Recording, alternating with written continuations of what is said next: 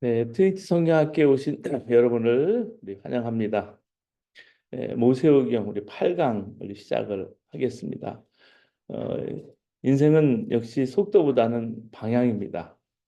하나님께서 광야에서 이스라엘 백성들이 정말 방향을 잃지 않고 가나안 땅을 향해 나아가듯이 우리도 우리 삶에서 말씀 붙들고 나갈 때 방향을 잃지 않게 됩니다. 광고 말씀드리겠습니다. 2주 후에는 시험을 한 20분 치르고 그 다음에 강의를 합니다. 이번 학기 과제물이 좀 까다로웠죠. 까다로운 게 좀 많이 있어서 제가 회개하는 마음으로 시험에서 보너스 문제를 2개를 드리겠습니다. 다 맞으시면 110점이 되셔서 2번 실수해도 최우수상이 받을 수 있어요. 끝까지 희망의 끈을 놓지 말아 주시기를 부탁을 드립니다. 마지막 10가 과제물은 성적에 반영하지 않을 수 있어요. 그래서 여러분 끝까지 우리 최선을 다해 주시기를 바랍니다. 오늘 우리 8번째 시간 성경 암송 하시겠습니다. 오늘 성경 암송 민수기 35장 34절입니다. 여러분 한 목소리로 함께 암송해 주시면 고맙겠습니다. 시작. 너희는 너희가 거주하는 땅, 곧 내가 거주하는 땅을 더럽히지 말라. 나 여호와는 이스라엘 자손 중에 있음이니라. 민수기 35장 34절 말씀. 네, 감사합니다. 그럼 지난 시간에는 이스라엘이 시내산에서 이제 모압 평지를 이동하면서 일어난 사건들 살펴봤어요. 오늘은 그들이 모압 평지에 있는 동안에 일어난 사건을 살펴보시겠습니다. 가장 먼저 나온 사건이 뭐냐면 모압 왕이 발락이에요. 이 발락이 발람에게 뇌물을 주고 이스라엘을 저주하려게 한 사건입니다. 이스라엘이 처음 애굽에서 나올 때 어느 누구도 이스라엘 사람들 주목하지 않았어요. 왜냐하면 대부분 이스라엘 남자들 보면 애굽의 각종 토목 건설에서 일하는 일꾼들이에요. 거기 동원된 인부들이고 군사 조직이나 무기 그런 그 군대 조직 같은 걸 갖추지 않는 오합지졸이었기 때문입니다. 근데 그 이스라엘이 광야를 지나서 모압까지 오는 과정에서 놀라운 모습을 보여주게 돼요. 막강한 군사력을 지닌 토착 세력들 다 물리치고 모압 왕이 사는 지역까지 이제 올라오게 된 거예요. 전혀 예상치 못한 일이 벌어지게 됩니다. 모압 왕 발락이 그걸 보고서 이건 뭔가 특단의 조치를 취해야 되겠다 생각을 한 겁니다. 그가 선택한 방법이 뭐냐면 발람 선지자를 초청해서 이스라엘을 저주하게 하는 거예요. 그렇게 하면 이스라엘이 저주를 받아서 멸망하거나 최소한 도망갈 거라고 생각을 했습니다. 근데 초청에 대해서 온 발람이 정작 어떻게 했습니까? 요청받은 대로 이스라엘 저주하지 않고 오히려 4번씩이나 축복해요. 저주 대신. 3번은 저주해달라고 했는데 축복했고요. 4번째는 아무 부탁도 하지 않았는데 발람이 일방적으로 이스라엘 축복해요. 그래서 결국 발람과 발락이 서로 사이가 안 좋아지게 돼요. 우리가 이 이야기를 지금 읽고 있는데 발람의 정체에 대해서 의문이 생기게 됩니다. 발람은 하나님의 선지자가 정말 확실한가? 아니면 단순히 이방의 점술가, 점쟁이인가? 근데 이 2가지 모습을 발람이 다 보여주고 있어요. 하나님의 선지자라는 증거가 여러 번 눈에 띕니다. 우선 발람은요. 하나님이 보내신 천사를 보고서 그에게 메시지를 받았다라고 나오고 있어요. 민수기 22장 21절 35절에. 또 발람은 하나님께로부터 직접 말씀을 듣고 어떻게 해야 할지 지시를 받았다는 내용 23장 4절 5절에서 또 16절 또 24장 2절 3절 나와요. 발람은 자신을 가리켜 하나님 말씀은 듣는 자라고 이렇게 표현을 쓰거든요. 또 발람은 하나님의 뜻을 따라서 이스라엘을 3번 축복하고 에돔, 세일, 아말렉, 겐, 아수르 이런 이방 나라들에 대해서도 예언까지 해요. 이 마지막 예언에는 모든 세력을 물리칠 미래의 왕에 대한 내용까지 포함이 됩니다. 24장 17절 말씀 보면 내가 그를 보아도 이때 일이 아니며 내가 그를 바라보아도 가까운 일이 아니로다. 한 별이 야곱에게서 나오며 한 규가 이스라엘에게서 일어나서 모압을 이쪽에서 저쪽까지 쳐서 무찌르고 또 셋의 자식들을 다 멸하리로다. 주권자가 야곱에서 나서 남은 자들은 그 성읍에서 멸절하리라고 나와요. 이 예언은 1차적으로 그곳 일대를 통치할 다윗 왕이 나타날 것을 의미합니다. 뒤에 문제 좀 닫아주시겠어요? 궁극적으로 세상의 모든 악의 세력을 물리칠 예수 그리스도의 사역을 설명하고 있어요. 자, 발람이 스스로를 눈을 뜬 사람이라고 자기를 말해요. 광야를 유랑하고 있는 이스라엘 백성에게 이런 말을 하는 거예요. 민수기 24장 17절을 풀어서 제가 세 번역으로 읽어드리면 나는 한 모습을 본다. 그러나 당장 나타날 모습은 아니다. 나는 그 모습을 환히 본다. 그러나 가까이에 있는 모습은 아니다. 한 별이 야곱에서 나올 것이다. 한 통치 지팡이가 이스라엘에서 일어설 것이다. 그가 모압의 이마를 칠 것이다. 셋 자손의 영토를 칠 것이다. 야곱에게서 나올 한 별. 그가 이스라엘을 다스릴 뿐입니다. 그가 곧 예수님을 뜻한다고 꼭 말하는 건 아니에요. 하지만 사람들이 발람의 예언에 등장하는 그 별을 가슴에 품습니다. 그리고 예수에게서 그 별을 봅니다. 여러분 동방 박사가 별을 보고 아기 예수님 앞에 이르렀다는 것도 같은 뜻일 거예요. 또 이런 선지자, 예언자적인 측면도 있지만 발람에게서 한편 전형적인 점술가, 이방인, 점치는 사람의 모습도 보게 됩니다. 민수기에서 설명하는 이 발람의 모습은 고대 서아시아에 흔히 발견되는 무당, 그러니까 돈 받고 복채를 받고 의뢰인이 좋아하는 말을 해주는 사람 모습을 띠게 돼요. 본인 스스로 자신이 하는 일을 점술, 사술이라고 불렀습니다. 나중에 보면 발람은 이스라엘을 성적으로 종교적으로 타락시킬 계략, 미인계를 생각해내고 그것을 발락에게 제공까지 해요. 그게 31장 16절에 이스라엘 남자들이 이방 여자들과 결혼을 하게 되면 음행을 하는 거죠. 전쟁이 나도 그들을 처치할 수 없게 되거나 그것이 아니더라도 하나님이 이걸 보시면 진노하셔서 결국 이스라엘이 어려움을 당하게 될 것이라는 그런 속셈이 거기 깔려 있는 거예요. 자, 하나님의 선지자라면 이런 꾀를 절대 생각할 수가 없죠. 실행할 수도 없죠. 그런 일을 발람이 한 거예요. 민수기 25장에 보면 이런 발람의 계산이 맞아 떨어져서 이스라엘에게 마침내 큰 재앙이 일어나게 됩니다. 이스라엘의 미디안 여인들과 음행한 것에 대해서 하나님이 진노하셔서 이스라엘의 연병이 돌아서 2만 4천 명이나 죽는 비극이 발생했어요.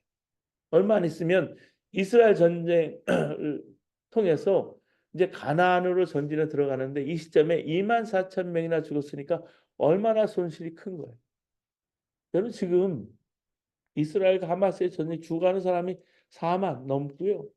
우크라이나 전쟁 어제도 우리 신범식 교수가 와서 얘기했지만 우크라이나 전쟁에서 죽은 우크라이나 사람도 60만 명이에요. 남자의 씨가 말랐어. 이게 여러분 전쟁이 큰 비극이라는 걸 우리가 알 수 있죠. 이걸 보면 이 당시의 상황을 우리가 예상해 볼 수가 있죠. 발람이요 아주 애매모호한 태도를 취하는 사람이에요. 사실. 분명 이스라엘 사람이 아닌 이방 사람인데 하나님께서 이 발람을 통해서 예언하시네요.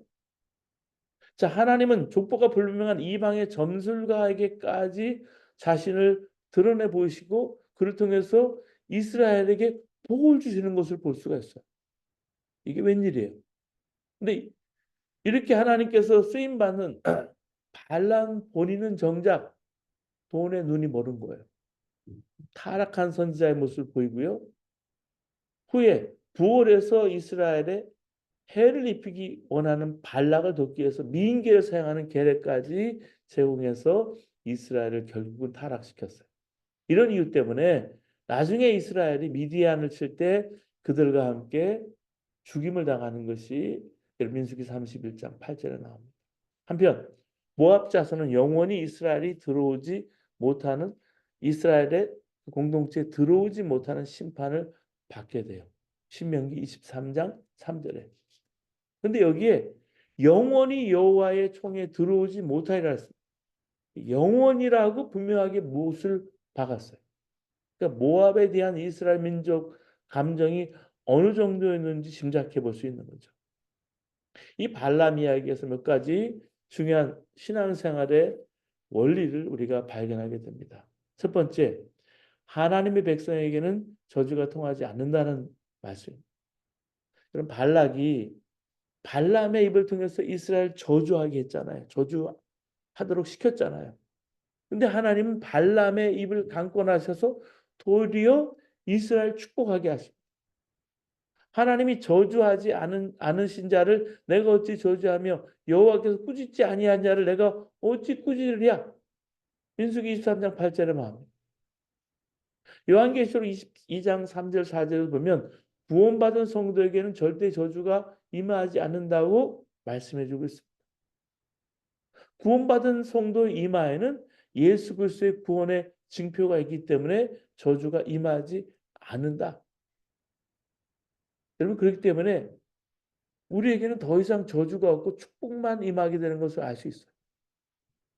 이게 여러분 자 저주를 위해서 분을 받았지만은 축복의 말을 할 수밖에 없는 한 사람의 이야기가 오늘 이야기예요. 발람. 애굽을 탈출해서 홍해를 건넌 후에도 출애굽 공동체는 많은 어려움을 겪었습니다. 먹을 것과 마실 것을 구하기 어려웠을 뿐만 아니라 이미 거기에 터를 잡고 있는 유목민들이 있는 거예요. 그래서 그런 사람들의 압력, 핍박까지 견뎌했기 때문에 길이 막막하기 때문에 그들은 먼 길을 우회해야 했습니다. 여러분 출애굽을 해서 이스라엘까지 가는 땅이 멀지 않잖아요. 근데 이렇게 여러 일들 때문에 먼 길을 우회해야 되고 그때마다 백성들이 그러니까 모세와 아론에게 원망을 하지 않았겠습니까? 어째서 당신들은 우리를 애굽에서 이집트에서 끌어내서 이 고약한 곳까지 데리고 왔느냐? 여기는 씨를 뿌릴 것도 못 된다. 모아가도 포도나무도 석류도 없고 마실 물도 없다. 그게 민수기 20장 5절이에요. 가까스로 가까스 위기를 넘겨도 또 다른 위기가 찾아오네요. 그 여정 가운데 모세와 백성 사이에서 중재 역할을 했던 미리암이 있습니다. 근데 이 미리암이 가데스 바네아에서 세상을 떠납니다. 아론은 어떻습니까? 아론 또한 에돔 땅 경계 부근인 호르산 부근에서 세상을 떠나요. 자, 이런 우여곡절을 겪으면서 출애굽한 이스라엘 공동체는 요단강 건너편에 모압 형제의 진을 치게 된 거예요. 이게 그래서 모압의 이야기가 나오는 거예요. 거기서 잠시 숨을 고른 후에 이제 요단강을 건너서 가나안 땅에 들어갈 심산이었습니다. 그런데 웬일입니까? 또 다른 위기가 찾아옵니다. 자기 땅을 침범당한 모압한 발락이 두려움에 사로잡힌 거예요. 이 발락이라는 이름이요. 약탈자라는 이름의 뜻을 가졌어요. 약탈자. devastator. 약탈자. 이름이 무색해지는 순간이죠. 이름이. 주변의 도움도 기대하기 어려운 상황이었던지 그는 지푸라기라도 잡는 심령으로 마술사의 도움을 받고 싶어 했습니다. 발람이 있기에 정말 적절한 장소죠. 그 중에서 가장 명망 있는 마술사인 발람은 부돌에 머물고 있었습니다. 부돌은 장소 이름이지만은 뜻이 마술사 예언자라는 뜻이 그래서 부돌이에요. 이 발락은 사신들을 보내서 이제 발람에게 깊은 신뢰를 드러내면서 자기에게 와서 좀 도와달라고 부탁을 하는 거예요. 그게 민수기 22장 6절 하반절이에요. 그대가 복을 비는 이는 복을 받고 그대가 저주하는 이는 저주를 받는다는 것을 나는 알고 있다. 청을 받은 발람이 즉각 응답을 하자고 계시를 기다립니다. 그 밤에 하나님께서 발람에게 현몽하십니다. 너는 그 사신들과 함께 가지 말아라. 이집트에서 나온 그 백성은 복을 받은 백성이니 저주하지 말아라. 하나님 말씀한 거예요. 민수기 22장 12절에. 그렇게 이르세요. 발람은 주님께서 동행을 허락하지 않으신다며 사신들을 돌려보냅니다. 다급해진 발락이 고위급 사신들을 다시 보낸 후에 보상에 대한 약속, 돈을 더 주겠다는 거죠. 자기에게 와달라고 청합니다. 발람은 그 밤에도 하나님의 계시를 기다렸어요. 이번에는 하나님이 마음을 바꾸셨어요. 발람은 그들과 동행하되 당신이 하는 말만 전하라고 하는 엄중한 지시를 받고 길을 떠나보내게 됩니다. 여러분, 이런 배경이 있는 거예요. 여러분, 우리는 하나님이 인치신 사람이에요. 하나님이 우리 이름을 당신의 손바닥에 쓰시고 영원부터 영원까지 기억하시는 사람. 이미 하나님이 구원하시기로 작정하신 사람이에요. 그렇기 때문에 그 십자가의 사람들은 저주를 받을 수가 없어요. 모두가 하나님부터 축복을 받은 사람이라는 증거를 갖고 살아요. 축복받은 사람이 되려면 하나님께서 복 주시는 길을 우리가 걸어가야 되겠죠. 여러분, 우리 인생길이요, 빨리 간다고 꼭 좋은 게 아니잖아요. 오늘 오시는데 큰 오토바이 차가 티켓을 먹이려고 두 대나 기다리고 있는데 빨리 온다고, 여기 빨리 온다고 꼭 좋은 일이 일어나겠어요? 좋지 않죠. 하나님께서 복을 줄 수 있는 길을 가는 게 중요해요. 속도보다는 방향이라는 거죠. 목적지가 분명한 거죠. 하나님께서 우리에게 복을 주시지 않는 이유는 대부분 복 받을 수 있는 길을 가지 않기 때문입니다. 예수를 잘 믿는다는 게 뭐예요? 하나님께서 복을 줄 수 있는 길을 볼 줄 아는 거예요. 길을 볼 줄 아셔야 돼요. 트리니티 바이블 스타디는요, 길을 볼 줄 아는 방법인 거예요. 어떤 길이 파멸의 길이고 어떤 길은 하나님 복을 주시는 길인지 대부분의 사람은 분별하지 못합니다. 그래서 열심히 살피면서도 파멸의 길을 가다가 인생을 망쳐요. 여러분, 아무리 어려워도 가야 할 길이 있고요. 아무리 좋아 보여도 가지 말아야 할 길이 있습니다. 그게 보여야 돼요. 그걸 보여달라고 말씀 붙들고 여러분 기도하셔야 합니다. 그게 분별력이에요. 하나님이요, 지식보다는 지혜가 필요한 거고요. 세상을 보는 눈보다는 하늘나라를 볼 수 있는 분별력이 우리에게 필요한 거예요. 아브라함과 롯, 그럼 두 사람이 축복과 파멸의 길에서 성경에 보면 갈라지는 게 보이잖아요. 그것은 길을 보는 눈이 달랐기 때문입니다. 아브라함과 롯이. 우리도 언제 축복과 파멸의 갈림길에 서게 될지 아무도 몰라요. 아브라함만 그런 게 아니고 우리도 그런 갈림길에 서게 될 때가 온다라는 거예요. 어느 길로 가느냐에 따라서 결과가 너무 달라지기 때문에. 그러면 내가 그걸 볼 줄 아는 눈을 가졌느냐 하는 게 너무 중요하겠죠. 하나님이 함께 하신 길을 보이고 파멸의 길도 보여야 내가 바로 택할 게 아니겠습니까? 여러분, 버스를 타도 기차를 타도 비행기를 타도 어디를 가느냐가 중요한 거예요. 여행을 하시잖아요. 여행을 자녀들과 함께 여행하시는 것도 중요해요. 왜냐하면 자녀들과 함께 인생의 방향을 정하고 길을 정하는 게 너무나 중요하기 때문에. 아무리 어려워도요, 같이 가는 사람이 좋으면 행복한 거예요. 이런 마음에 두려운 마음도 있으실 거예요. 우리가 정말 복된 삶을 살려면 축복과 파멸의 갈림길에서 여러분 예수님의 인도하심을 받을 수 있어야 합니다. 결과는 심각하지만 그 선택의 순간에는 그것을 깨닫지 못할 수 있어요. 평범한 선택처럼 보일 수 있어요. 나는 바른 판단, 바른 결정을 내가 내릴 수 있을까? 스스로 확인할 수 있어요. 내가 늘 생각하고 있는 게 뭔가 여러분 보시면 알아요.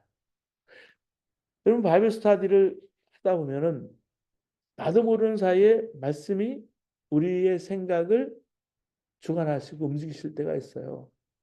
육신의 길을 쫓는 자는 육신의 일을, 영을 쫓는 자는 영의 일을 생각한다고 로마서 8장 5절에 말하고 있거든요.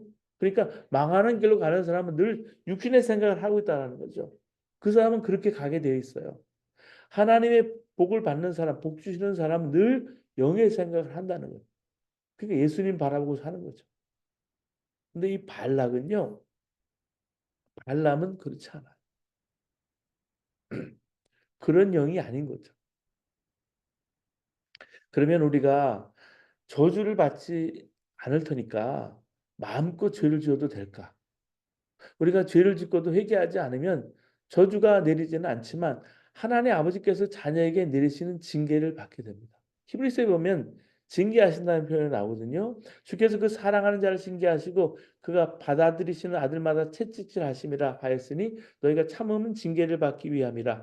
하나님이 아들과 같이 너희를 대우하시나니 어찌 아버지가 징계하지 않는 아들이 있으리요? 징계는 다 받는 것이거늘 너에게 없으면 사생자요 친아들이 아니다. 친아들과 딸이 된 사람에는 당연히 징계가 있어요. 아무리 입양한 사람이라 할지라도 친아들로 생각하면 징계가 있어요. 징계가 없으면 버려진 자식이죠. 우리는 그렇기 때문에 저주와 징계를 볼 줄 알아야 합니다. 저주는 뭐예요? 사람을 죽일 목적이 있는 거예요. 지옥 보내는 거예요. 근데 징계의 목적은 반대예요. 그 사람을 살려서 천국 보내는 거예요. 하나님께서 우리에게 주시는 것은 징계이지 저주가 아닙니다. 그래서 징계는 축복의 도구가 될 수가 있습니다. 때로는 하나님이 인생 막대기 어떤 사람들 통해서도 우리를 징계할 수도 있고요. 어떤 환경을 통해서도 그 징계를 통해서 그 도구를 통해서 우리의 방향을 고치시고 우리의 삶을 고치셔서 천국으로 인도하십니다. 그 징계라는 뜻은요. 헬라어로 파라클레시스라는 뜻이 있어요. 가까이 부름, 간청, 훈계, 격려란 뜻을 포괄해요. 이 파라클레시스는 성령의 다른 이름인 보혜사, 파라클레토스와 비슷하잖아요. 파라클레토스. 보혜사는 뭡니까? 돕는 분이에요. 어드바이스, 조언해 주고요. 하나님의 마음에 접속되도록 해주는 분이 성령님이죠. 징계는 그러니까 부정적인 질책보다는 긍정적인 질책이라는 사실입니다. 꾸지람이라는 단어는 파이다이아를 번역한 것입니다. 아이를 훈육해서 잘못을 바로잡아주고 그릇된 열정을 제어하는 것을 가리킵니다. 꾸지람은 한 사람이 이기적으로 서신하지 않고 다른 이들과 더불어서 살 수 있는 인격으로 이끌기 위해서 꾸짖는 거죠. 여러분 칭찬은 고래를 춤추게 한다는 말도 있죠. 그래서 격려하고 북돋는 일은 매우 중요합니다. 하지만 하지 말아야 할 일을 가르쳐 주는 것도 매우 중요한 훈계 교육이에요. 그래서 유대인들은 어릴 때부터 할라카와 아가다를 통해서 해야 할 일과 하지 말아야 할 일을 배웁니다. 할라카는 유대인들의 삶을 지배하는 법, 규례, 규범을 가리키고 아가다는 이야기 형태의 전승하는 교훈입니다. 그래서 이스라엘 사람들은 이 스토리텔링을 통해서 탈무드처럼 그렇게 가르치는 거예요. 그게 너무 중요한 교훈이죠. 그래서 하나님은 징계, 꾸지람으로 다양한 방법으로 말씀하십니다. 선포되는 말씀, 벗들과의 대화, 실패의 경험, 관계 어려움, 질병, 예기치 않는 재난들이 그런 것입니다. 하나님께서 징계하기 위해서 그런 불행을 일으킨다는 것이 아니라 그런 재난이나 고통은 우리 마음의 지각을 깨뜨려서 깨닫게 해서 하나님을 만나게 하신다는 사실이에요. 하나님 출애굽 공동체를 저주하게 해달라는 모압 왕의 요청을 받고 길을 떠나던 발람을 꾸짖고 그의 눈을 열어주기 위해서 그가 타고 가던 결국 나귀의 입을 여셨죠. 주님이 예루살렘에 입성하실 때 제자의 온 무리가 기쁨의 노래를 부르는 것을 보고 바리새 사람들이 몰려와서 예수님께 뭐라 합니까? 선생님의 제자를 꾸짖어 주십시오. 요구할 때 주님 뭐라 그랬어요? 내가 너에게 말한다. 이 사람들이 잠잠하면 돌들이 소리칠 것이다. 문제는 들을 귀가 있느냐가 문제죠. 하나님이여 우리를 징계해요. 목적이 분명합니다. 하나님의 거룩함에 참여하기 위해서. 징계 또는 꾸지람은 우리의 몸과 마음에 붙어있는 더러운 것들, 부적절한 것을 떨어뜨리기 위해서 내어주는 하나님의 사랑. 조금 겸손해지기 위해서는 많은 시련을 겪어야 한다는 말이 있죠. 정화시키는 깨끗하게 하는 불도 마찬가지예요.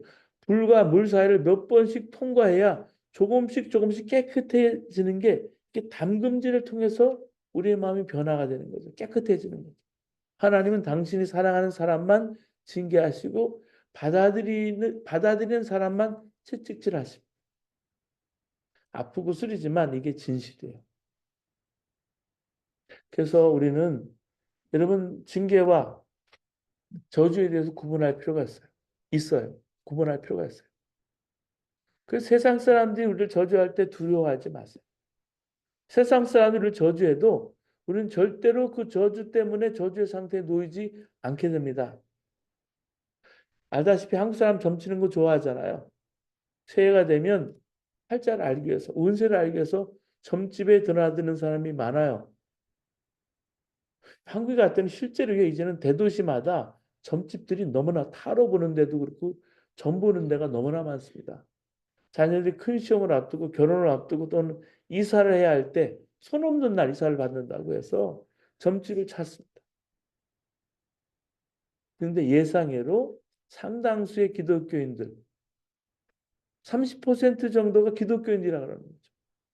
근데 진짜 신들린 무당은 제가 여러 번 간증을 통해서도 그렇고 어른들 이야기를 들어보면 진짜 무당은 진짜 기독교인들이 오면 단방에 알아본대요. 단번에. 여기 오지 말라. 더 이상 여기 오지 말라. 그냥 돌려보냅니다. 왜냐하면 그들을 위해서 점을 치면 점괘가 나오지 않기 때문에. 근데 점보로는 대부분의 크리스찬은 가짜인 거죠. 가짜 그리스도. 점술 장사에 전혀 영향을 미치지 못하고 오히려 큰 장사가 되는 거예요. 그들이 요청하는 대로 점을 치면 점괘가 잘 나온다는 거죠. 이 겉모양만 기독교인이 실제로는 가짜이기 때문에. 미국에서도요. 점을 쳐서 골프 치다가 이 벼락 맞을 운세가 있어서 항상 지갑 뒤에다가 이 뭐예요? 그뭐 부적을 이렇게 들고 다니는 사람 저는 직접 봤어요. 자랑을 하더라고요. 또 목사 앞에. 제가 깜짝 놀랐어요. 미국에서 있었던 일이. 가짜들이 참 많아. 예수 믿는 사람은 점이나 사주팔자가 영향을 미치지 않습니다. 세상의 영이 우리를 지배하지 않고 예수의 영, 성령의 영이 우리를 지배하기 때문에 예수의 영의 지배를 받는 사람은 사주팔자도 점수도 통하지 않습니다. 우리는 운명을 따라 사는 사람이 아니에요. 점쟁이들의 표현을 빌자면 예수 귀신이 자기가 섬기는 귀신보다 힘이 더 세기 때문에 예수 제대로 믿는 사람은 점술이 통하지 않는다는 거죠. 우리는 하나님에 속한 하나님의 자녀들입니다. 하나님께서 책임져 주시고요. 그래서 마귀의 세력, 저주의 세력, 미신이 우리를 움직이지 못합니다. 저주할 수 없습니다. 두 번째, 이 발람을 통해서 양다리 걸치지 말라는 교훈을 받게 됩니다. 발람은요, 양다리 걸치는 사람의 아주 전형적인 사람이죠. 한쪽 다리는 하나님께 두고 다른 쪽 다리는 세상, 돈에 두면서 자신에게 유리한 대로 왔다 갔다 하는 거예요. 발락이 처음에 돈을 잔뜩 준비해서 신하를 보내며 발람에게 이스라엘 저주하려고 했을 때 그는 그렇게 못한다고 딱 잘라서 말했어야 돼요. 근데 그거 어떻게 대답했습니까? 하나님께 물어볼 테니까 하루만 더 기다려달라. 하나님 뜻이 아니면 그 자리에서 거절해야 하는데 뭘 물어본다는 걸까요? 발람은 둘을 다 가지고 싶은 거예요. 보스 앤드 다 가지고 싶은 거예요. 하나님의 은혜도 가지고 싶고 돈도 가지고 싶은 거예요. 그래서 어정쩡한 태도를 취합니다. 하나님 뭐라고 말씀하세요? 너는 그들과 함께 가지도 말고 그 백성을 저주하지도 말라. 그들은 복을 받을 사람이다. 이렇게 해서 발락의 일체 작전 실패로 돌아갑니다. 발락은 더 높은 귀족들을 시켜서 더 많은 복채를 들고 발람에게 보냅니다. 발락이. 이를 본 발람이 어떻게 반응합니까? 발락이 그 집에 가득한 은금을 내게 줄지라도 내가 능히 여호와 내 하나님의 말씀을 어겨 덜하거나 더하지 못하겠노라. 그런즉 이제 너희도 이 밤에 여기서 유숙하라. 여호와께서 내게 무슨 말씀을 더하실는지 알아보리라. 정말 자기가 은금에 관심이 없다면 그들 당장 돌려보내면 되지. 왜 하룻밤을 또 더 머물라고 하는 걸까? 말과 행동이 맞지 않다라. 결국 어떻게 돼요? 발람은 발락에게 가긴 가는데 정작 자신이 의도한 저주는 못하고 하나님 강권하신 역사에서 이스라엘 축복하게 됩니다. 발람에게 최선의 시나리오는 하나님께서 그에게 이스라엘 저주하라고 허락하시고 자기는 발락이 제공한 은금을 얻는 것이죠. 근데 하나님이 발람이 그렇게 하지 못하도록 하시니까 발람은 계속 하나님과 돈 사이를 왔다리 갔다리 해요. 이렇게 어중간한 태도로 일관하다가 결국 발람은 이스라엘을 저주하지 못하고 발락의 책망을 받게 돼요. 결국 발람은 아무것도 얻지 못합니다. 하나님 주시는 복도 얻지 못하고 발락이 주는 복도 얻지 못해요. 이게 양다리 걸치는 사람의 최후예요. 여러분, 우리는 하나님 편에 확실히 서야 돼요. 그래야 하나님의 복을 받게 된다는 말씀. 세 번째, 이 발람을 통해서 우리에게 주시는 교훈은 하나님 나귀를 통해서도 말씀하실 수 있다는 얘기예요. 야, 불순종하는 이 발람을 깨우치기 위해서 하나님은 나귀를 사용하십니다. 나귀를 통해서 메시지를 전하시기를 원하시는 거예요. 민수기 22장에 보면은 이상한 현상이 나옵니다. 하나님과 교통한다고 생각하는 발람은 정작 영의 눈이 감겨져서 아무것도 보지 못하고요. 하나님에 대해서는 아무것도 모른다고 생각하는 나귀는 오히려 영의 눈이 열려서 칼을 든 하나님의 천사를 본 거예요. 자, 성경 이야기에 익숙한 분들은 아마 이렇게 벌어진 일을 아실 거예요. 나귀를 타고 가는 발람 앞을 천사가 칼을 빼들고 막아서요. 발람은 정작 그를 보지 못합니다. 갑작스러운 사태에 놀란 나귀가 길에서 벗어나서 밭으로 들어갑니다. 발람은 나귀를 때려서 길을 접어들게 합니다. 이놈이 왜 이래? 그랬겠죠. 근데 나귀는 좁은 길 안쪽을 막아선 천사를 보고 벽 쪽으로 붙어서 발람의 발이 긁히게 합니다. 이 발람이 더 화가 날 거 아니에요? 발람은 또 다시 나귀를 때려서 앞으로 나가게 합니다. 가자. 이번에는 천사가 아예 길을 막아섭니다. 나귀는 주인을 태운 채로 그냥 주저앉아요. 발람은 화가 나서 쥐파기로 나귀를 때려요, 이제는. 그때 주님께서 나귀의 입을 여세요. 나귀가 발람에게 왜 때리느냐 항의를 합니다. 지금까지 한 번도 어른께 버릇없이 굴거나 잘못한 일이 없지 않냐는 것이었습니다. 그런 문답이 이루어질 때 하나님이 발람의 눈을 여서요. 비로소 그는 칼을 빼들고 서 있는 천사를 보게 됩니다. 자, 이 이야기에서 담긴 풍자가 참 재밌지 않습니까? 민수기를 쓴 민수기의 기자는 미래를 예지하는 신통력으로 유명한 사람, 축복과 저주의 능력으로 왕들의 존경을 받는 사람. 근데 이 사람이 실은 얼마나 눈이 어두운 사람인지 넌지시 보여주고 있는 거예요. 나귀도 보는 것을 유명한 발람이 보지 못한 거죠. 발락이 보낸 고관들 역시 길에서 벌어진 그 사건을 전혀 알아차리지 못했습니다. 여러분, 인간의 지혜에 대한 동렬한 풍자 이야기죠.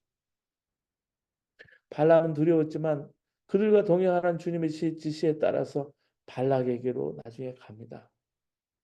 발락은 그를 바알 신당으로 데려가서 모압 평지에 진을 친 이스라엘 진영을 이제 보게 됩니다. 하지만 발람은 이스라엘 저주하지 않아요. 할 수 없죠. 하나님이 저주하지 않으시는데 내가 어떻게 저주하며 주님께서 꾸짖지 아니하시는데 내가 어떻게 꾸짖느냐? 발람은 오히려 이스라엘 축복해요. 당한 발락은 장소를 옮겨가면서 저주를 부탁합니다. 장소를 옮겨요. 비스가 봉우리에 섰을 때도 근데 부올산 꼭대기에 섰을 때도 발람은 이스라엘에게 축복의 말만 전하네요. 발람은 어떤 압도적인 힘이 작동하고 있다는 것을 느낀 거예요. 민수기 23장 23절 보면 야곱의 맞설 수는 없다. 이스라엘의 맞설 수법도 없다. 자기 한계에 대한 인정을 하는 동시에 하나님 위대하심을 찬미하는 거예요. 자, 이렇게 하나님은요. 저주를 축복으로 바꾸세요. 발람은 광야 쪽으로 얼굴을 돌린 채 이스라엘 축복합니다. 그리고 두 가지로 규정을 합니다. 자기를 눈뜬 사람이라는 것과 하나님의 말씀을 듣는 사람이란 두 가지. 눈 뜨고 하나님 말씀을 듣는다. 그 전까지만 해도 그는 주변의 인근에 누구보다 눈이 밝은 사람으로 그렇게 알려졌어요. 존경받았어요. 단순한 마술사가 아니라 역사의 추세를 가장 예민하게 아는 지식인이었어요. 근데 그는 전능하신 하나님을 만나서 꼬꾸라집니다. 넘어졌어요. 자신 눈이 어두운 사람인 걸 알았어요. 여러분 이 발람의 모습과 다메스커스로 가는 예수 믿는 사람을 잡으러 가는 사도 바울의 모습, 바울 전에 사울의 모습이 겹쳐져 보이지 않습니까? 환난의 빛과 만났을 때 그동안 나는 안다, 나는 옳다 했던 이 사울의 자부심이 무너져서 다메섹으로 가다가 꼬꾸라져요. 그 강렬한 빛을 보고 꼬꾸라집니다. 그의 눈에 들이었던 비늘은 그의 실존이 어둠이었음을 그렇게 가시적으로 보여주는 상징이 됩니다. 발람도 어땠습니까? 발람도 넘어졌다가 눈을 떴어요. 그런 후에 고된 광야 생활에 지친 이스라엘을 한껏 축복하는 것을 볼 수가 있습니다. 사랑하는 여러분, 우리가 우리에게 무엇을 가르치는가? 이것이 하나님이 우리에게 뭘 말씀하시는 교만하지 마라. 자만하지 마라. 우리가 자만하면 영적인 감각이 무뎌지고 영의 눈이 감겨져 버려요. 그렇게 되면 하나님이 하신 일도 볼 수 없고요. 마치 캄캄한 밤을 길을 걷는 것 같이 위험하다는 거예요. 우리 영적인 눈이 띄어져야 합니다. 영적인 감각이 열려 있어요. 하나님은 다양한 통로를 통해서 우리를 말씀하시고 설교를 통해서 말씀하시고요. 기도할 때 또 말씀해 줄 수 있고요. 우리가 같이 옆에서 커피 마시고 대화할 때도 말씀해 줄 수 있어요. 집에서 기르는 그 펫 있죠? 강아지나 고양이를 통해서도 말씀해 줄 수 있어요. 길가에 심긴 나무를 통해서 직장에서 일을 할 때도 말씀해 줄 수 있어요. 하나님은 언제 어디서나 어떤 방법을 통해서도 우리에게 말씀해 줄 수 있는 분이에요. 항상 하나님 말씀을 들을 준비가 되어 있는 것이죠. 그래서 오늘도 저녁에 말씀을 드려야 되는데 또 낮에 이렇게 말씀을 들을 수 있도록 우리 권사님 해주셨는데 도와주시니까. 근데 이렇게 누구를 통해서나 말씀해 줄 수 있는 거예요. 음악 통해서도 하나님 말씀해 주세요. 목사의 메시지 중요하지만요. 그 전에 찬양대 찬양을 통해서 이미 하나님의 음성을 갖고서 그냥 이미 감동이 된 분들이 있어요. 이미 하나님의 음성을 듣는 거죠. 그 다 달라요.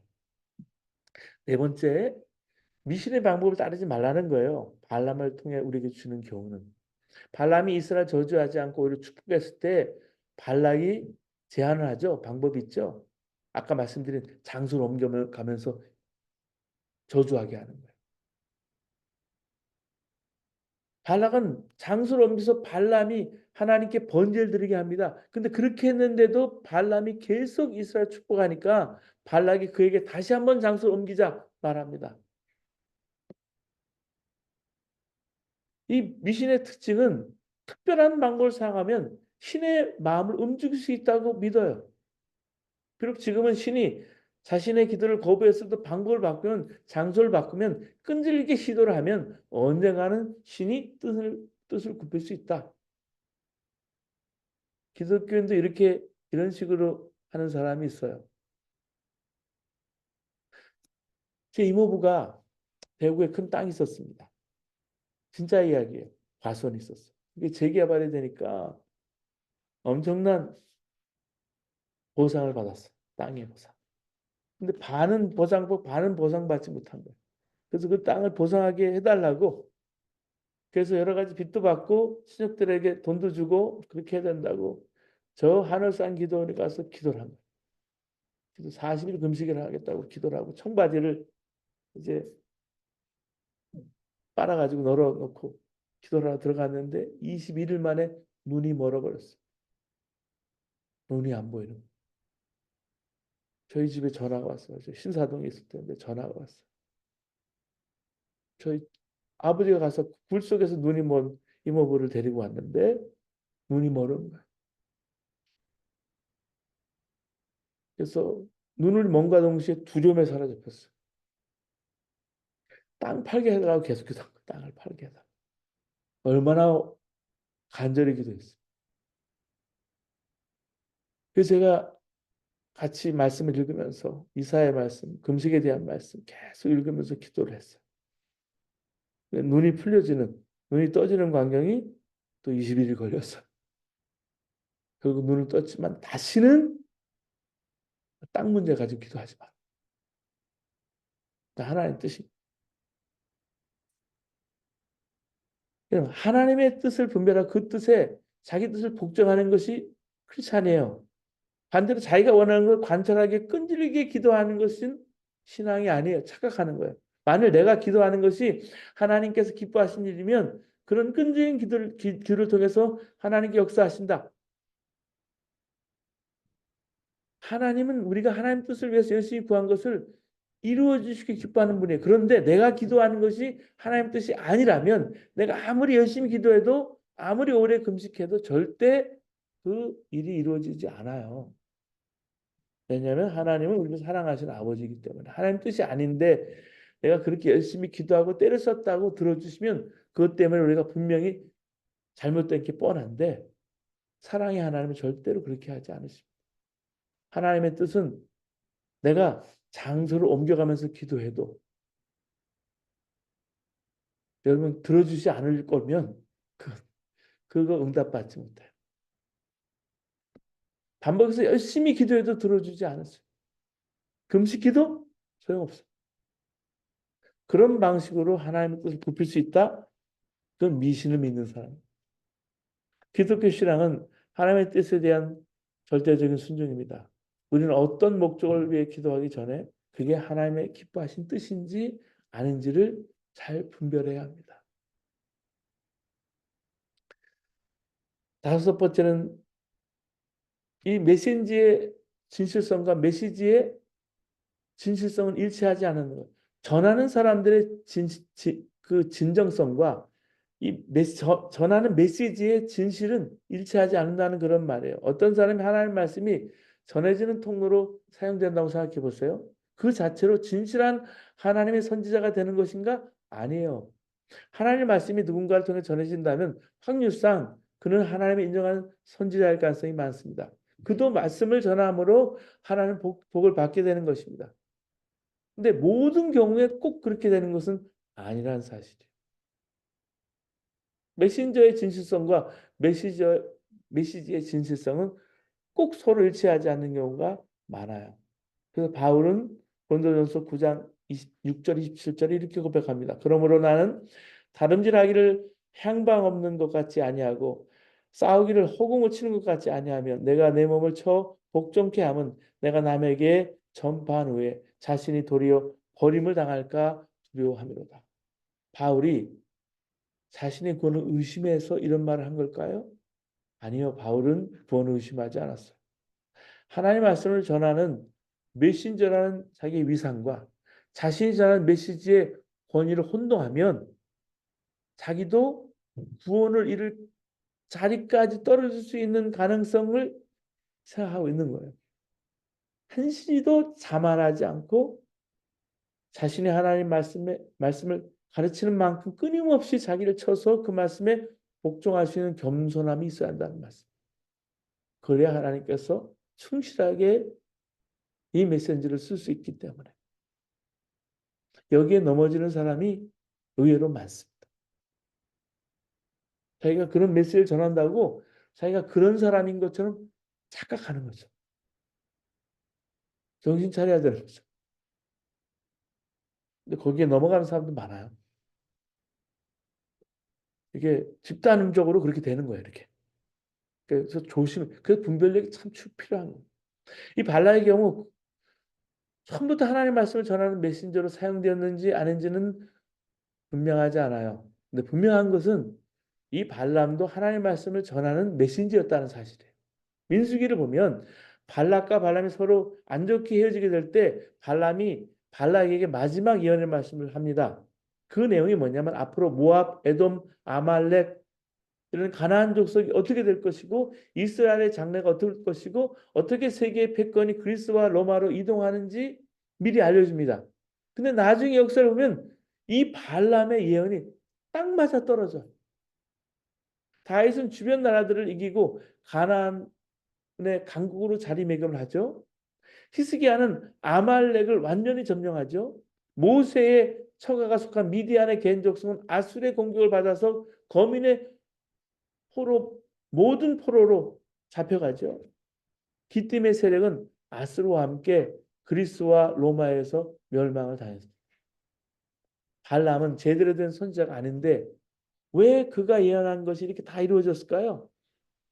돈에 눈이 먼 사람이 말하는 것은 절대 이루어지지 말아야 되는데 왜 그대로 이루어졌을까요? 이유는 메신저의 진실성과 메시지의 진실성이 일치하지 않을 수 있기 때문에. 예를 들면 어떤 목사가 윤리적으로 문제가 많은데 그가 성경에 기록한 대로 하나님의 말씀을 선포한다면 우리는 어떻게 들어야 할까요? 그 사람을 받아들이면 안 되지만 그가 전하는 메시지는 아멘으로 받아들여야 합니다. 또 그가 주는 세례도 마찬가지인 거예요. 저희 성부, 성자, 성령의 이름으로 세례를 주는 것이지 그가 주는 게 아니에요. 그는 도구일 뿐이에요. 그가 싫다고 성경대로 선포되는 말씀을 거부하면 우리만 손해인 거죠. 우리는 무엇이 올바른 말씀인지 분별하는 능력이 필요합니다. 그분이 말씀을 잘 전하든 못 전하든 그분이 신령하든 신령하지 않든 그분이 내가 볼 때 정말 마음에 들지 않든 하나님의 말씀은 그냥 말씀대로 받는 분별력이 훈련이 우리에게 필요한 거예요. 설교자가 싫다고 그가 전하는 말을 거부하는 것은 옳은 애티튜드가 아니라는 말씀이에요.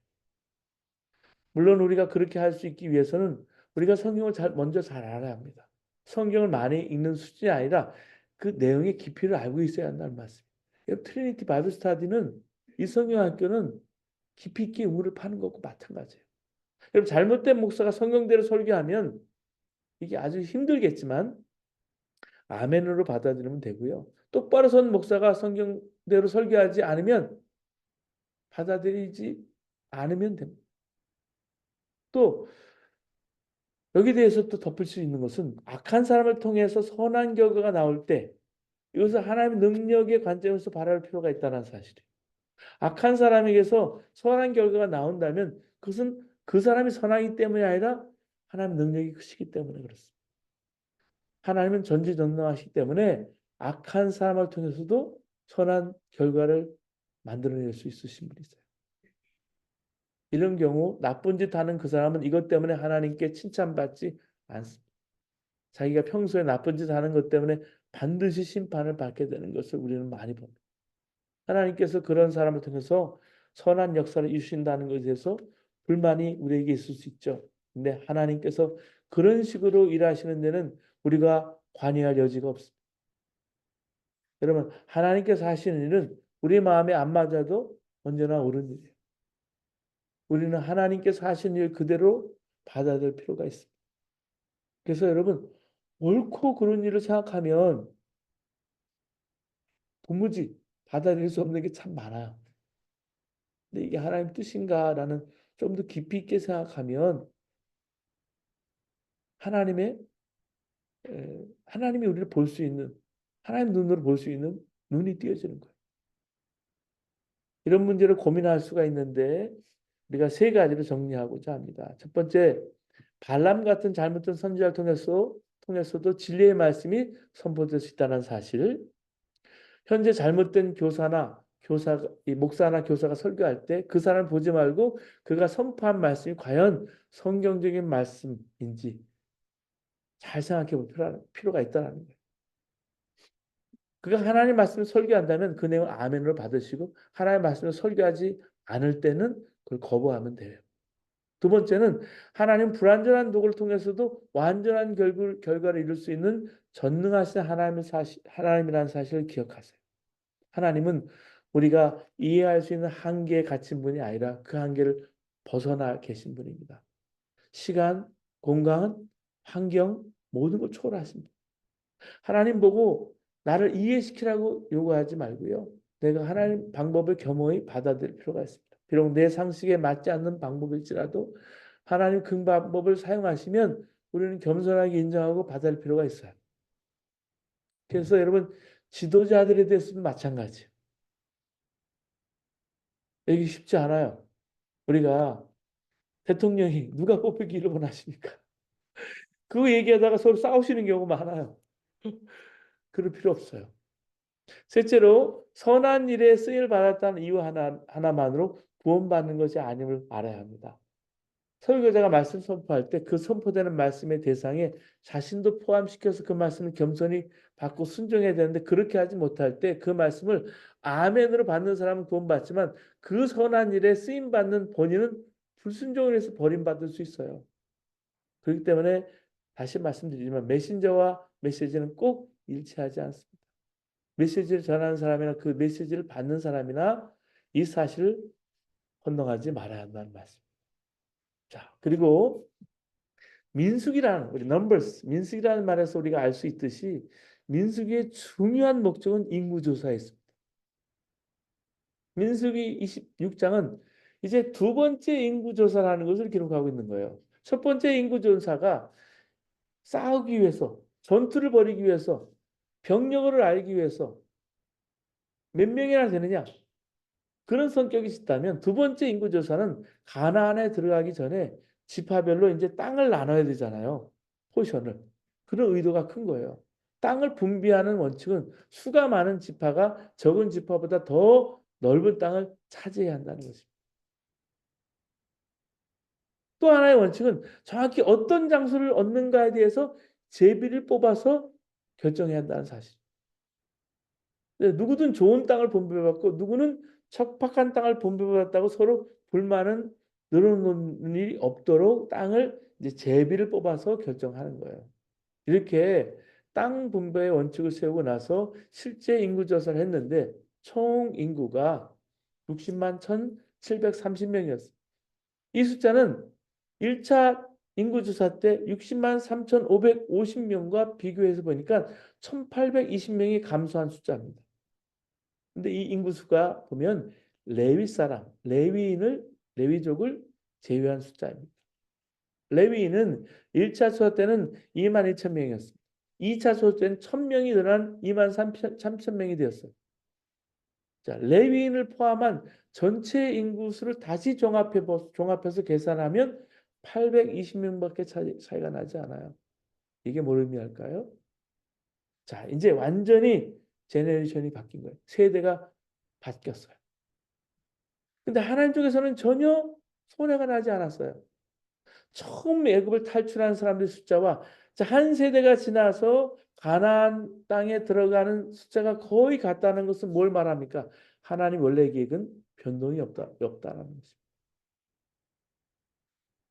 민수기 26장 마지막 세 절은 이렇게 한 인구조사의 결론에 대해서 말씀하고 있습니다. 이는 모세와 제사장 엘르아살이 계수한 자라. 그들이 여리고 맞은편 요단과 모압 평지에서 이스라엘 자손을 계수한 중에는 모세와 제사장 아론이 시내 광야에서 계수한 이스라엘 자손은 한 사람도 들지 못하였으니 이는 여호와께서 그들에게 대하여 말씀하시길 그들이 반드시 광야에서 죽으리라 하였습니다. 이러므로 여분네 아들 갈렙과 눈의 아들 요수아 외에는 한 사람도 남지 아니하였더라. 자, 이렇게 전체적인 숫자에는 차이가 별로 없었다는 사실이에요. 820명, 800여 명 감소했지만 주목할 큰 차이가 없어요. 광야 40년 세월 동안 이스라엘 백성이 반복해서 하나님 신뢰하지 않고 반역을 일삼는 것을 생각해 보게 될 때 이건 전적인 하나님의 은혜라고밖에 설명이 안 돼요. 하나님께서 이스라엘을 진멸하시겠다고 말씀하신 적이 있어요. 출애굽기 32장 10절에 보면 하지만 하나님께서는 아브라함과 이삭과 야곱에게 주신 약속을 신실하게 이루기 위해서 그 심각한 패역함, 불순종, 원망 그걸 들었음에도 불구하고 이스라엘 사람을 멸하지 않고 여기까지 인도하고 보호해 주셨어요. 인구조사한 후에 백성들은 지난 40년 동안 우리의 부모들은 데려가셨지만 그럼에도 불구하고 우리는 조금 더 약해지지 않았고 하나님께서 우리를 돌보고 인도해 주셨구나. 하나님은 실로 우리 조상 아브라함과 이삭과 야곱에게 약속하신 대로 그 신실하게 약속을 성취해 주셨구나. 그리고 그 다음 세대를 준비해 주신 것을 볼 수 있어요. 이 인구조사를 통해서 우리에게 주신 메시지가 있습니다. 첫 번째는 하나님은 하나님께 헌신한 사람은 끝까지 책임지신다는 사실. 인구조사에서 눈에 띄는 두 사람이 있어요. 누구예요? 남겨진 두 사람? 요수아와 갈렙이에요. 자, 1세대, first generation 중에 살아남아서 가나안 땅에 들어가게 된 딱 두 사람이 이 사람들. 남은 사람들이죠. 남은 자들이. 왜 이 두 사람만 가나안에 들어가게 됐을까요? 대다수의 사람들이 가나안을 포기하고 다시 애굽으로 돌아가자 주장했을 때 이 두 사람은 그걸 거부합니다. 하나님 편에 섰어. 이들은 10명의 리더들이 부정적인 보고를 하고 모두가 그들의 의견을 받아들여서 하나님과 모세를 대항하고 여호수아와 갈렙을 돌로 치려고 하는 그 위급한 순간에도 하나님의 약속을 계속해서 끝까지 믿고 하나님 편에 끝까지 섭니다. 인기 있는 불신앙의 압력에 맞서서 인기 없는 신앙을 선택한 믿음의 용사들. 이런 이유로 하나님께서 40년이 지난 후에 그들의 헌신을 기억하시고 1세대 중에서 가나안 땅을 밟는 영광을 허락하십니다.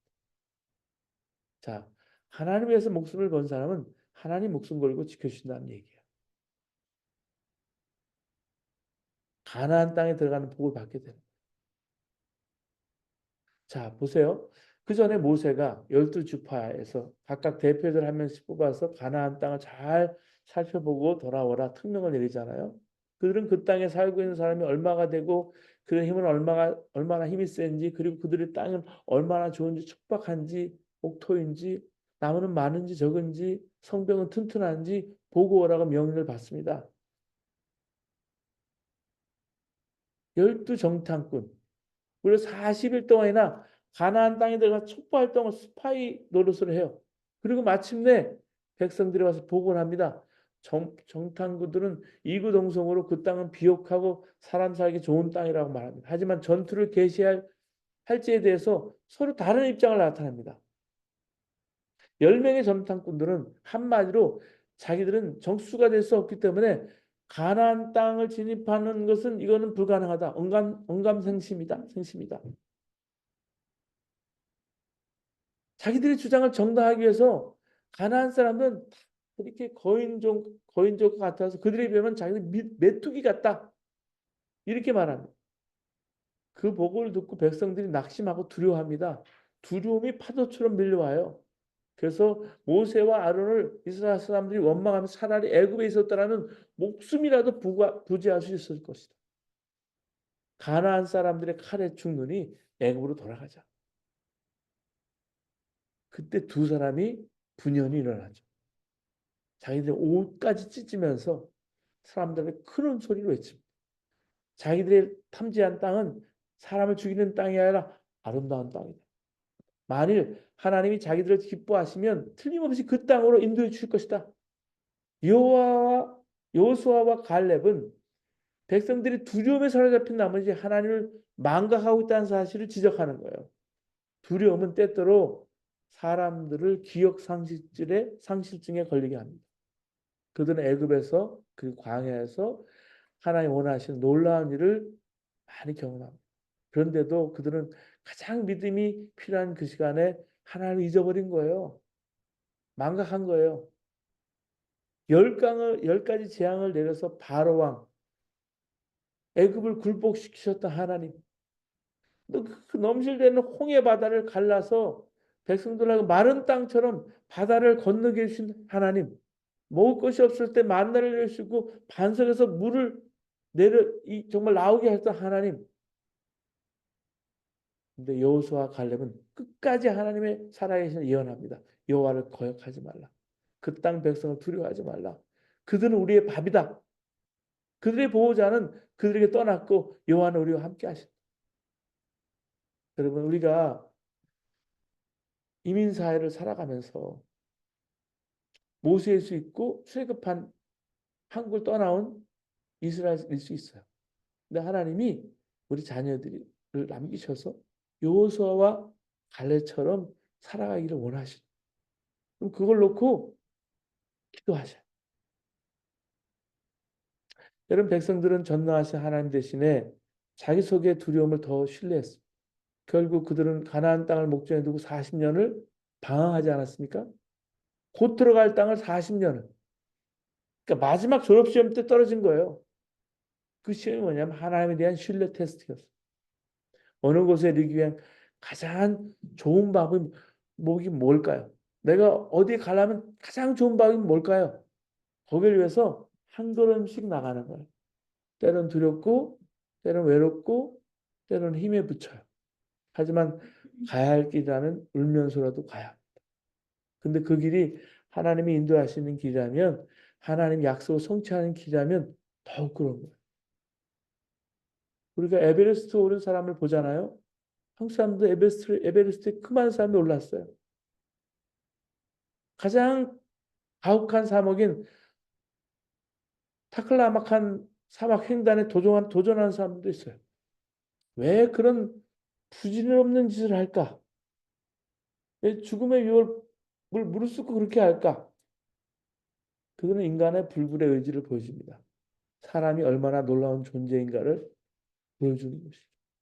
근데요, 정말 하나님을 믿는 사람은 여호수아와 갈렙은 그래서 하나님 쓰시는 거예요. 두 번째, 약속의 땅을 바라보면서 미리 계획하라는 거예요. 여러분 이스라엘은 가나안에 들어가기 전에 미리 땅 분배 원칙을 정하지 않습니까? 이건 한국식으로 말하면 어, 김치국을 먼저 마시는 행위죠. 떡 먹기 전에.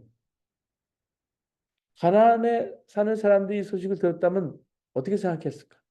떡 줄 사람은 생각하지도 않았는데 김치부터 마시네. 그랬을 거예요. 근데 믿음의 시각으로 보면 이것은 하나님의 약속을 믿고 미리 믿음의 계획을 세우는 사람의 신앙 행위예요. 하나님이요. 정말 그 믿음을 보시고 이게 하나님 뜻이면 계획했던 것이 그대로 이루어지는 걸 저는 제 인생에 너무나 많이 경험했어요. 저는 부족한데 하나님이 그 일을 이루어 주신. 이게 기독교인의 삶의 방식이기 때문에 그렇습니다. 우리가 합리적으로 이해되는 것. 내 손에 든 것만 보면 몸이 안전하게 행동하면 안 된다는 거예요. 미래가 비록 불확실해도 하나의 약속을 믿고 믿음으로 일을 계획하는 것이 신앙인의 기본 행동 방식이에요. 그래서 믿음은 바라는 것들의 실상이요 보지 못하는 것들의 증거라는 거예요. 그러니까 예비하신 가나안을 위해서 오늘도 믿음의 계획을 세우시는 여러분 되시기를 바랍니다. 여러분 계시록은 소아시아에 있는 7교회 보면 천사의 메시지를 전한 후에 4장과 5장에 보면 하늘 보좌를 이렇게 보여주거든요. 보좌에 앉으신 하나님 중심으로 해서 흰옷을 입은 24명의 장로들과 앞뒤에 눈이 가득 달린 네 생물들이 각각 하나님을 찬미하는 그 노래를 부르는 광경이 쫙 나와요. 그리고 그 한가운데 죽음을 당한 어린 양이 있었어요. 그 천상의 장면은 궁극적인 완성의 세계를 보여주는 거예요. 하나님이요. 하나님 나라의 청사진을 미리 보여주고 이 땅에서 오는 여러 가지 어려운 환난과 고난을 이겨내게 하시는 거예요. 견디기 어려운 거죠. 나중에 보면 계시록에 보면 예수계가 무너지면서 세상이 겪게 되는 여러 가지 환난과 파국에 대한 이야기가 이어지거든요. 성도가 그 고난을 겪을 수밖에 없어요. 근데 믿음으로 산다는 것은 그런 재난을 파국으로 이해하지 않고 새로운 세계가 도래하기 위한 산고의 과정이라는 사실을 알아차리는 거예요. 하나님 나라의 비전을 품은 사람은 어떤 시련을 가져도 이겨낼 수 있습니다. 그래서 계시록 7장, 14장에도 하늘 장면을 보여주면서 어두운 시간을 통과하는 성도를 격려하고 있는 거예요. 그 메시지는 단순해요. 소박해요. 하나님의 계명과 예수를 믿는 믿음을 지키는 성도들에게 인내가 필요하다. 그 계시록 14장 12절에. 믿음으로 사는 이들은 눈에 보이는 것만 의지하며 살지 않습니다. 믿음의 사람들은 길 없는 곳에 길을 내는 사람을 신뢰합니다. 하나님은 넘실거리는 바다 가운데도 길을 내시고요. 사막이 백합화처럼 피워 즐거워하시는 거죠. 그래서 히브리 기자가 믿음은 바라는 것들이 실상이요 보지 못하는 것들의 증거라고 말하고 있어요. 믿음의 눈을 뜨면 보이는 것들이 있어요. 여러분 믿음의 눈을 뜨고 보는 우리가 되고 우리 다음 세대가 정말 되어야 합니다. 세 번째, 하나님은 교만한 사람들은 갈아치우신다는 얘기예요. 인구조사 이야기가 세대교체 이야기잖아요. 자, 이스라엘 40년 이스라엘 광야 생활 가운데 완전히 세대교체가 이루어졌어요. 1장에서 모세와 아론이 중심이 돼서 1차 인구조사를 했지만 26장 보면은 모세와 엘르아살, 아론의 아들이죠. 2차 인구조사를 합니다. 이 2차 인구조사 때 아론은 보면 역사의 무대에 사라집니다. 그의 아들 엘르아살이 최고 종교 지도자 역할을 감당함으로써 종교에서 세대 교체가 이루어져요. 또 가나안에 들어간 사람들 중에 1세대는 다 죽고 오직 여호수아와 갈렙만 들어가게 된 것도 세대 교체가 이루어집니다. 이스라엘 정치 지도력이 모세에게서 바로 여호수아에게로 넘어간 거예요. 이렇게 지도력의 세대 교체가 이루어졌을 때 백성의 세대 교체도 함께 이루어집니다. 1차 인구조사와 2차 인구조사의 차이가 820명에 불과했다는 사실은 하나의 계획은 사람의 불순종이 방해하지 못함을 의미합니다. 사람이 협력하지 않아도 하나님은 하나님의 계획을 성취하십니다. 요새 한국교회 트렌드라는 책이 많이 나와요. 통계 조사한 거예요. 요새 통계하는 게 이렇게 인기거든요. 뭐 AI도 그렇지만 요즘 스태틱스 하는 거 있죠. 통계 잡는 사람도 공부하는 게 잘 이렇게 취직도 잘 돼요. 중요하기 때문에 그렇습니다. 근데요, 팬데믹 전후로 해서 정말 예수 믿는 사람들 또 예수 믿는 사람들은 변함이 없는데 교회 다니는 사람들의 변화 차이가 심하게 일어나고 있어요. 한 70%? 우리 뭐 예사람교회는 그렇지 않죠. 예사람교회는 오히려 이렇게 성장했지만 근데 대부분 팬데믹 때 한 2년 동안 3년 달도 한 2년 동안 초기에 미국에 680교회 한국교회가 문을 닫았고 주변에도 교회 문 많이 닫은 걸 여러분 아실 거예요. 근데 하나님은요. 하나님의 일을 하세요. 통계는 그렇지만 하나님 어떻게 일하실까? 전 세계를 바라보면서 하나님 어떻게 일하실까? 우리가 기도해야 돼요. 하나님은 때로는 세대까지 갈아치면서도 이스라엘을 가나안 땅으로 이끄시는 것이 하나님의 목적이에요. 하나님 불순종하고 불평하는 세대가 다 죽어 사라질 때까지 기다리셨다가 후세대를 데리고 가나안 땅에 들어가셨어요. 그래서 여러분 바벨론 포로기처럼 이 팬데믹이라는 기간이 있지만 하나님이 하실 일이 있을 거예요. 누가복음 19장에 보면 예수님께서 나귀를 타고 예루살렘에 들어가는 장면이 나옵니다. 사람들이 길가에서 종려나무 가지를 흘리면서 예수님을 환영합니다. 제자들은 예수를 타고 가시는 나귀 등에 자기들의 옷이라는 것은 자기 가장 귀한 겉옷이잖아요. 그걸 벗어서 안장처럼 깔고 예수님 지나가는 길에도 겉옷을 펴서 펼쳐놨어요. 길가에 모인 사람들이 평화의 왕이 오셨다. 예수님 찬양합니다. 찬송하려다 주의 이름으로 오신 이요. 왕이요. 이 소리를 들은 바리새인들은 예수님께 그들을 책망하라고 오히려 요구합니다. 그들이 부르는 찬송이 적절하지 않다는 거죠. 부르지 못하게 하라는 거예요. 이때 예수님께서 뭐라고 말씀하십니까? 이 사람들이 침묵하면 돌들이 소리 지르리.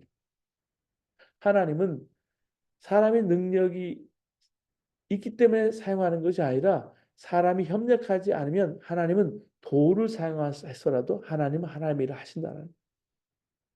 그래서 하나님의 일에 쓰임 받는 사람은 절대 교만하지 말라는 거예요. 내 능력 때문이 아니라 하나님의 은혜 때문에 내가 사용된다는 사실을 내가 알고 하나님 앞에 겸손하게 감사하면서 충성하라는 말씀. 내가 주인공이 아니라 하나님 주인공이 돼야 되는데 때때로 보면 하는 지도자들이 자기가 주인공처럼 행동을 해요. 착각하지 말아야 한다는 사실. 목회자도 마찬가지. 옛날에 한 임금이 있었습니다. 임금님은 가끔 당나귀를 타고 마을을 돌았습니다. 임금님이 마을을 지날 때마다 사람들은 절을 하기도 하고 환영의 박수를 쳐줬어요. 번번이 임금님 환영을 받으니까 언제부턴가 임금을 태운 당나귀가 착각해요. 사람들이 자꾸만 나에게 절을 하네. 아무래도 나는 훌륭한 당나귀인가 봐. 그 당나귀가 임금을 태우고 마을에 들어갈 때마다 어깨가 으쓱해졌어요. 근데 어느 날 당나귀는 임금님과 마을을 돌다가 사람들이 환영하는 소리에 그만 자신도 모르게 으쓱하면서 한쪽 다리를 들어 올렸습니다. 순간 임금님이 떨어졌겠죠. 사람들이 놀라서 임금님을 일으켜 세웁니다. 그리고 당나귀는 매를 많이 맞고 더 이상 임금을 태우는 일을 할 수 없게 됐다는 거죠. 자, 우리가 하나님의 계획을 위해서 우리가 쓰임 받는다는 사실, 그걸 알고 우리가 겸손히 순종해야 한다는 그런 이야기죠. 여러분, 또 우리가 등장하는 것이 이스라엘이 가나안에 들어가기 위해 40년 동안 머문 것은 광야예요. 그 광야에서 보면 우리 거짓과 자아가 마주치는 것을 볼 수 있습니다. 그 광야에 서면 가치의 우선순위가 바뀌기 마련입니다. 금은보화 소용이 없어요. 화려한 의복 소용이 없어요. 한 모금의 물이 은혜이고요. 정말 거칠망정 먹을거리가 있다는 사실 자체가 복이에요. 우리 삶의 제자리를 잡으려면 타워 페리스의 주민이 되기를 바라기보다는 요새는 뭐 타워 페리스보다는 뭐 저 개포동이 이렇게 유명하더라고요. 근데 우리는 광야의 사람이 되어야 한다는 사실 잊지 말아요. 인간의 가장 큰 병통을 꼽으라고 한다면 교만과 불신앙과 탐욕을 둘 수 있습니다. 근데 광야는요, 이스라엘에게는 학교와 같아요. 이런 병통을 치유할 수 있는 과정이기 때문에. 첫째, 광야에서는요, 광야 학교죠.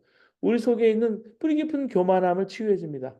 교만은 자기 분수를 지키지 않으려는 병이에요. 자기의 영향력을 자꾸만 확대하면서 남을 지배하려는 마음이잖아요. 지배라는 것은 다른 이에게 자기의 고유의 의사하고 상관없이 어떤 생각이나 행동을 강요하는 거예요. 지금 보세요. 우크라이나, 러시아, 그리고 이스라엘과 하마스. 지금 일어나고 있는 군인들 그 전쟁터에 내보내도록 강요받고 있어요. 미국도 그거를 나토도 그거를 강요하면 물리칠 수 없어 울며 겨자 먹기로 계속 싸우고 죽어가는 사람도 있어요. 사랑하는 여러분, 무엇이 강제할 때 노라고 말하지 못하는 것은 우리 속에 이미 거기에 그 올무에 사로잡혀 들어가는 기름을 우리가 알고서 살아야 돼요. 하지만 정작 불행한 사람들이 있는데 교만한 사람들이 힘을 가진 이들은 자기도 모르는 사이에 내가 하나님처럼 되리라 하는 뱀의 유혹에 넘어갑니다. 뱀의 유혹은 달콤하지만 선악과에 손을 대는 순간 지옥의 발을 들여놓는 거죠. 그 결과가 신라권이에요. 나가원을 잃어버리는 거예요. 그래서 우리 앞에 놓인 광야는 바람을 타고 날아오는 연처럼 한없이 높아지는 우리 마음을 낮추기 위한 하나님의 배려입니다.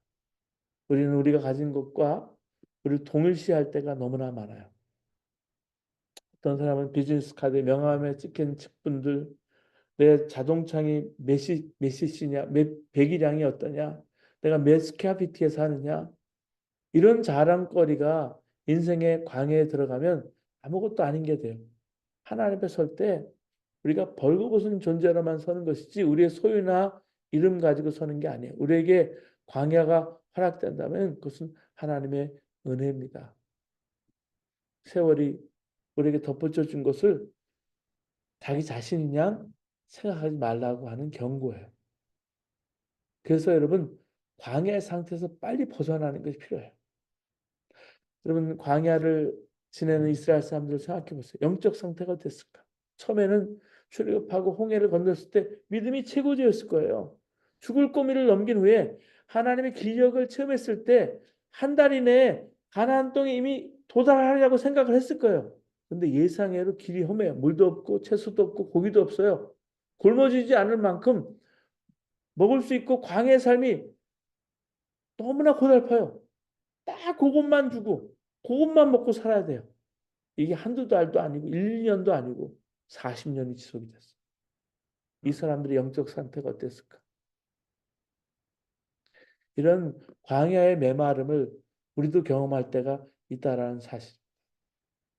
여러분, 이 광야는 우리가 일시적으로 당하는 고통이나 고난을 말하는 것이 아니라 일정 기간 계속 지속되는 메마른 그런 기간을 의미합니다. 기도를 많이 해도 말씀을 읽어도 의심이 생기고 신앙생활을 해도 지루하기도 하고 의미가 없어지는 그런 시기가 있어요. 더 나아가서 어떤 경우는 극심한 고난과 재난이 와서 그야말로 내가 광야에 혼자 딱 홀로 서 있는 느낌일 때가 있어요. 어떻게 탈출할 수 있을까? 우리는 뭘 보고 스스로 광야의 상태에 빠져 있는가 생각할 필요가 있습니다. 첫 번째, 광야의 시기는 믿음을 상실한 시기입니다. 두 번째, 광야의 시기는 사랑을 상실한 시기. 세 번째, 광야의 시기는 성령의 기쁨을 상실한 시기예요. 이런 시기에 원인이 뭘까? 어떤 상태에 내가 광야에 빠지게 될까? 원인을 알아야 결과를 알잖아요. 세 가지를 들 수 있습니다. 첫 번째는 회개하지 않는 죄 때문에 광야의 상태에 빠지게 됩니다. 회개하지 않는 죄가 있는데요. 우리가 죄를 짓고 회개하지 않으면 우리가 죄의 독성에 마비돼서 광야의 상태에 빠져들게 됩니다. 보통 우리가 죄를 구분할 때 두 가지로 구분하거든요. 하나는 자범죄이고 하나는 태만죄예요.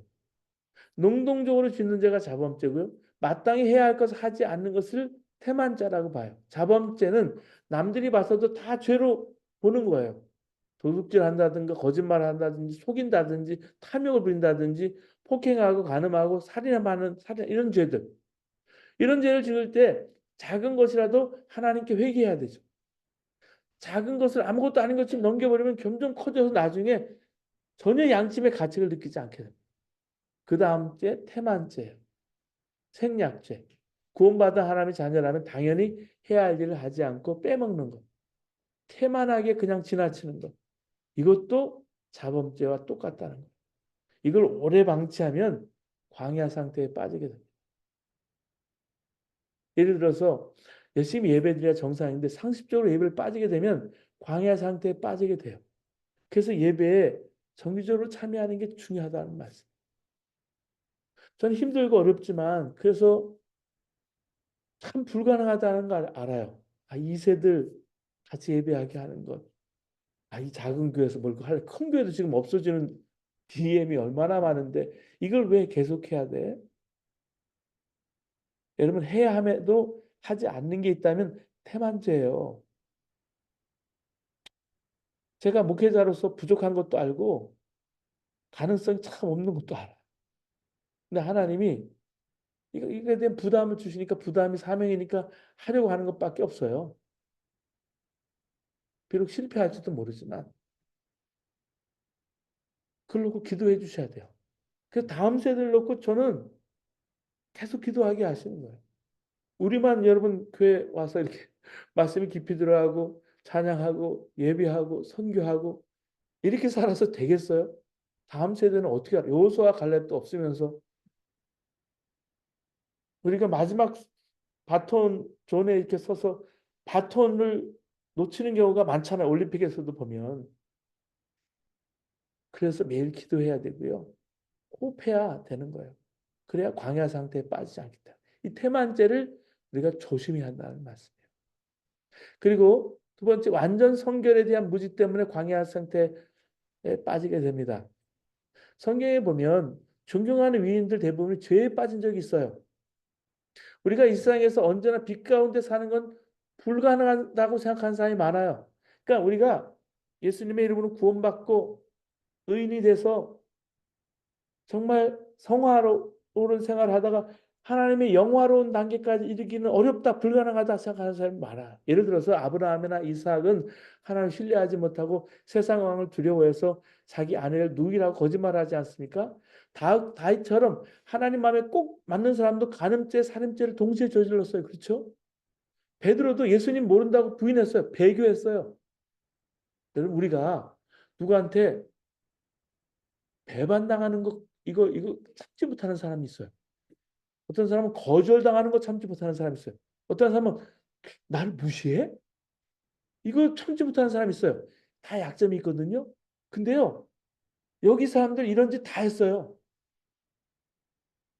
비록 그렇게 되는 게 하나님 뜻은 아니지만 현실적으로 그럴 수밖에 없지 않는 논리에 빠질 수 있어요. 어, 어떻게 보면 맞는 이야기죠. 근데 그건 인간적인 생각이지 성경 기초한 생각 아니에요. 대선회가전서 5장에 보면 하나님께서 요구하시는 것이 대부분의 경우가 아니라 통계적으로 대부분 이렇다 하는 게 아니라 언제나인 것을 확인하게 됩니다. 삼가 누가 누구에게든지 악으로 갚지 말고 서로 대하든지 모든 사람에 대한 항상 선을 따르라. 이거 항상 선을 따르라. 대부분 선을 따르라는 게 아니에요. 항상 기뻐하라, 쉬지 말고 기도하라, 범사에 감사하라. 이런 그리스도 예수 안에서 너를 향한 하나님의 뜻이다. 대부분의 경우 기뻐하고 최선을 다해 열심히 기도하고 가능한 한 감사하라. 이게 아니죠. 항상 기뻐하고 쉬지 말고 기도하고 범사에 감사하라. 이게 하나님 뜻이다. 하나님께서 우리에게 뭔가를 명령하셨다면 최선을 다해서 해라. 안 되면 할 수 없고 이게 아니란 말이에요. 하나님 명령하셨으면 우리에게 가능하니까 그렇게 하라고 명령하신 거예요. 꼭 그렇게 되기를 하나님 기대하시기 때문에. 힘들지만 그래도 하나님의 은혜로 충분히 가능하다고 믿고 순종하는 것과 아무리 해도 안 될 것을 하나님 다 아시면서 일부러 명령하신다는 것 그렇게 이해하고 노력하는 거하고는 천양지차인 거죠. 그래서 하나님 뜻을 오해해서 온전한 성결의 상태를 처음부터 포기하고 대충 신앙생활하면 점점 타협하게 되고 결국은 광야에 빠지는 것과 같게 되는 거예요. 하나님 원하시는 것은 전적인 성결이에요. 항상 성결입니다. 하나님의 기대치예요, 이게. 내가 거룩하니 너희도 거룩하라.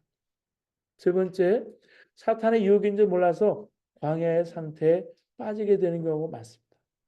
사탄이 대표적으로 육신의 정목, 안목의 정욕, 이생의 자랑으로 유혹합니다. 육신의 정목은 먹고 사는 거, 의식주예요. 사탄이 이거 가지고 예수님 시험했잖아요. 예수님의 상황에서 가장 넘어가기 쉬운 것을 가지고 공격하는 게 돌을 떡으로 만드는 거였어요. 그리고 안목정욕. 예수님을 높은 산으로 모시고 가서 천하 만국 다 이렇게 안목으로 보여주면서 자기의 경배하면 모든 것을 주겠다. 유혹하죠. 천하 만국 예수님 건데 사탄이 자기 것이냐 거짓말하면 사기를 친 거예요. 이것에 넘어지지 않으니까 마지막 이생의 자랑. 성전 꼭대기에 세우고 하나님의 아들이면 뛰어내려 봐라. 그래서 많은 사람들 앞에 자신의 능력을 보여줘라 유혹합니다. 이 이생의 자랑이죠.